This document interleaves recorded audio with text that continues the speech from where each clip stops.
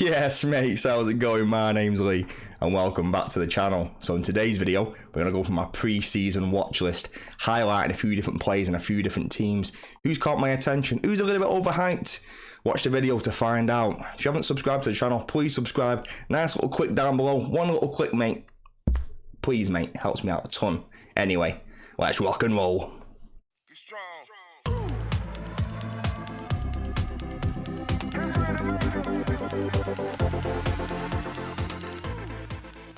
Right, mates, first up, we've got the goalkeepers. So James Trafford first up.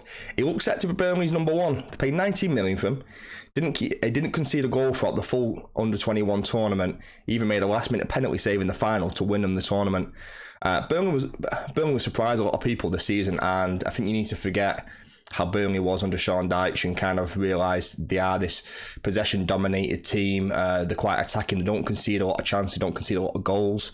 And if Trafford can kind of continue that trend, I think they'll do pretty well. I'll be surprised if they don't finish top 10, you know. Like, I can see them finishing 9th, 10th for this season. And if they are going to do that, they are going to have to keep some clean sheets. And I think he's a good buy, he's a smart buy, and I think he'll do well for them. So definitely keep him on your radar, and I think he will do well. For Brighton, up next, he looks set to be number one. I had Jason Steele in my last draft, and it's a bit of a toss-up between those two. I think it's too risky to go for him right now, in my opinion, but like, he has caught my attention. At 4.5 mil, if he is Brighton's starting goalkeeper, I think he's definitely worth, and like, he's definitely under consideration, for me at least. But it's just that risk of rotation, minutes risk. How is that going to work out? Right, the last goalkeeper who's impressed me, and he's not even played yet. I warn you right now, there's a small amount of bias in this video. I watched the game last night, Arsenal Man United, and we battered them, mate. Easy peasy, no messing about. Well, what can you do? He's number one. He'll be the number one goalkeeper for the team that kept the most clean sheets last season. And he's cheaper than Shaw. It's an easy way into the Man United back line. And he will take bonus off Shaw, so do keep it in mind. And I think he might even pop up with the odd assist. He's got nice distribution from the back. You know, a bit like Alisson, I can see him pinging it forward. Rashford running like Rashford running on something and slotting it away. I think at 5 million, I think he's slightly underpriced. I would have gone 5.5, but I think it's great that he's 5 because I don't have to go for Luke Shaw anymore. And I think he'd be very popular when game week 1 comes around. Now moving on to players that they're up there and ownership's pretty good, but they've just a little bit overhyped in my opinion, and they've just gone down a little bit. So first up, we've got Ramsdale. I felt he was at fault for both goals last night. I wasn't that impressed. I don't think he's as good of a goalkeeper as people make out. But the problem, the thing is that Arsenal have still got good fixtures. They're still a good side. I think they will tighten up defensively as they work through pre-season. They're still working out a few things tactically and with formations. They're still playing about with a few different things. And I still think it's a decent option, but if I've got Ramsdale at 5 million or Onana at 5 mil, I'm going to pick Onana, because the thing is with Arsenal, a lot of their assets, or a lot of their better assets, are further forward. Even people in defence, I think people like Gabriel and Saliba, they get clean sheets, but they can also offer that attacking threat as well. So I don't want to waste a position, particularly from Arsenal, who are so good going forward, on a goalkeeper. My personal preference, and if you want to go for him, I can see why you'd want to go for him. Next up, we've got Pickford, and it's probably a little bit harsh here. I'm just not that bothered about Everton really. They just don't excite me. They're a little bit boring. But the thing with Sean Dyche is that his teams don't concede a lot of high XG chances. They allow a lot of low XG shots, and by that I mean you can shoot from outside the box, you can shoot from weird angles and take pot shots from anywhere, and the keeper can make a lot of saves, a bit like Pope did a few years ago, which allows them to rack up saves and allows them to rack up bonus. But the thing is with Everton as well, because they don't really have anyone who can rack any kind of bonus points up within the defence particularly, that if Pickford makes a few saves and keeps a clean sheet, he's almost guaranteed 2 or 3 bonus points. So I can see the appeal. I think I might end up going there at some point within the season. I kind of just like starting Onana for now, and things might change. I might move back to something like a Pickford or a Leno, but I can see why you'd want to go there. But for me, just don't fancy it, mate. And last on the list, who's overhyped, is Kepa. I'm just not sure who the goalkeeper is going to be for Chelsea. I don't know how they're going to play. They've still got defensive issues.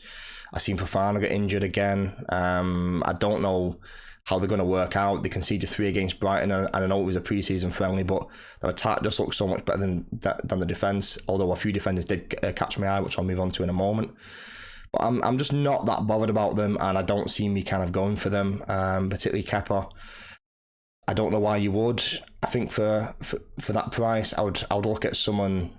I'd look at other options. I think there are better options out there. But they're the goalkeepers that have caught my attention and the ones that I think are a little bit overhyped. Am I missing anyone? Do you think there's anyone that's overhyped or that's not getting the attention they deserve? Leave a comment down below and let's have a little chat.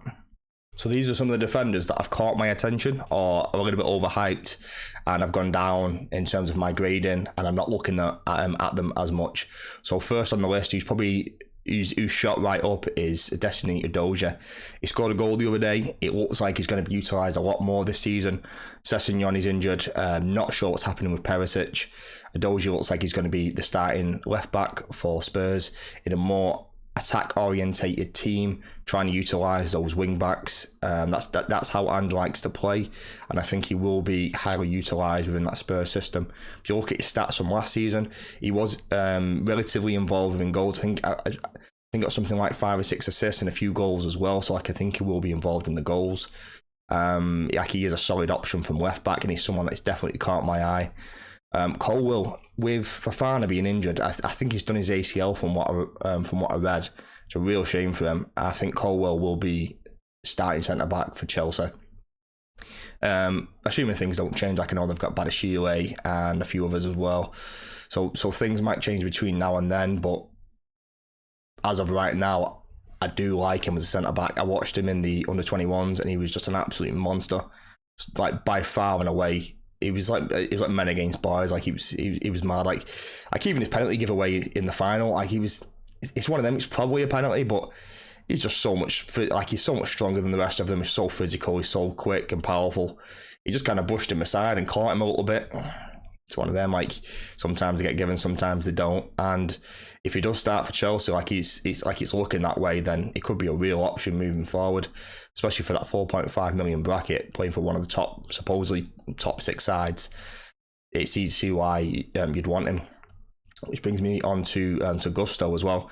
He's been heavily involved in the pre-season friendlies, and at 4 million, he might be worth a punt. I don't see many teams having 3 Chelsea players, and if there's any chance that he's going to be involved in the games, particularly early on, I think once James is fit, he's obviously going to be first choice. But if Gusto is even going to be remotely involved in the games, I think he might be worth a bit of a punt. Like even if that's your third bench option, then it might be worth a go, it's one of them. Another Chelsea player that kind of caught my eye was Ian Mason. He was on loan at Burnley last season. He's the left back. He's actually playing left wing and he scored a couple of goals. I just don't see him as an option. I don't see him as a viable pick, particularly early on. It wouldn't surprise me if he goes back on loan to Burnley or moves on and goes on loan elsewhere. But just just to make you aware of that I thought he played quite well and he did kind of catch my attention a little bit. It's like, he was good last season in the champ, and he's gone on and he was playing left wing for Chelsea. It was a bit strange to kind of see, but yeah, Ian Mason, definitely want to keep your eye on, especially if he does move to Burnley. Then if he comes in at 4 million, 4.5, then it could be a decent option for Burnley, definitely. So on to some players that I've lost a bit of interest in, and first up, Gabriel. So you can see a bit of a recurring theme here. Chelsea players have done relatively well. Arsenal players have kind of gone down a little bit. I was not impressed, mate. He got absolutely burned by Sancho, and Sancho's not particularly quick, but he got absolutely dusted by Sancho, thrown aside and burnt past, and slams a goal past Ramsdale. And he's still on by about 20% of the game, which is just madness to me. Like, I'm looking at someone like Saliba, who I think is a better option, and these are the ones where you can kind of go against the template. Someone's heavily owned, and you've got a decent option playing for that team, like the Gabriel and Saliba. I don't mind going for Saliba, who's owned by less than, I think he's about 10% owned. So he's still decently owned, but not as much as Gabriel, and he still offers equally as much goal threat as Gabriel does, especially considering Saliba was injured for large parts of the season. Saliba's the one for me. Like, if I'm picking an Arsenal defender, it's definitely going to be Saliba, but I can see why I can see why you'd want to go Gabriel. People think that he does offer a lot of goal threat. just for me personally, I'd rather pick Saliba. Right, moving on to a couple of harsh picks here. Reece James, I don't really want to put him down, and I feel a bit bad kind of doing it, but he hasn't played any minute in pre-season yet, and has apparently been for more scans of his knee or like whatever body part he's been out for. If James is out, obviously Gusto becomes a great option, but I mentioned that before. He's still owned by about 16% of the game, which is mad, and it's such a shame, man. He's top quality right back, and I do hope he recovers. I hope he finds some fitness, because if he's playing, he's a top quality right back, bit of an all action one. He's involved with kind of everything. I think he'd be on more set pieces now Mount was left, and there's even a chance that he might take some penalties as well. But I think that will go to Nkunku personally, but it could definitely be an option for them. If Nkunku goes off early and Reece James on the pitch, I could see Reece James being the second option for penalties. It's just a shame, mate. Like I really want him to get back fit again, and I hope he can find some fitness, because he's an absolute FPL dream, especially coming from that right wing back role. I just hope he gets fit again, and yeah, just shame, mate. Like real shame. On to trips. 2 friendlies, no clean sheets. Really tough opening games. Valued at 6.5 mil. I just don't get it. He's owned by about a third of the game, about 34%. Just don't see it. A lot of it seems to be kind of based on last season's performances, last season's scores. But if you remember as well, their form post-World Cup, they didn't keep a lot of clean sheets. They were quite poor defensively. And Trippier himself isn't a great defender. Like, I felt like he was being exposed a lot more. Teams were attacking down that side a lot more, and he doesn't have the legs to kind of get back. He's just so good going forward. He's so good for the bonus. He just spams crosses, just whips him in all the time. It's an easy avoid for me. Like if I'm going for Newcastle, I'm looking at like around game week 5, game week 6, when the fixtures do kind of turn around a little bit. But I'm looking at maybe someone like a Botman, who is heavily owned now, 4.5 mil. I just don't see the point of having a 4.5 million defender that you're going to keep on the bench for the next 5 weeks. So by the time I come round to him, game week 5 is worth, I don't know, 50p. Then boom, I'm laughing, and half the teams around me have lost 0.3, 0.4 in value. From the players I've picked on Trippier and Botman. I can see why you'd want to go for him. Not for me, mate. I'm not going anywhere near trips. Not until game week 5, 6 at least. So, have these defenders caught your eye? Am I being a bit harsh in a few of these? Who's caught your eye in pre-season so far? Leave a comment down below. Let's have a little chat. Right, mates, that's it for today's video. Hope you enjoyed. So today we went through players that I'm keeping an eye on in pre-season, who have caught my interest, or players that I've lost a little bit of interest in, particularly for my game week 1 team on my drafts kind of moving forward. So if you enjoyed today's video, don't forget to subscribe, leave a like, and leave a comment down below. Tell your mum, tell your dog, tell your cat, tell your postman. Peace and love. Have a good day.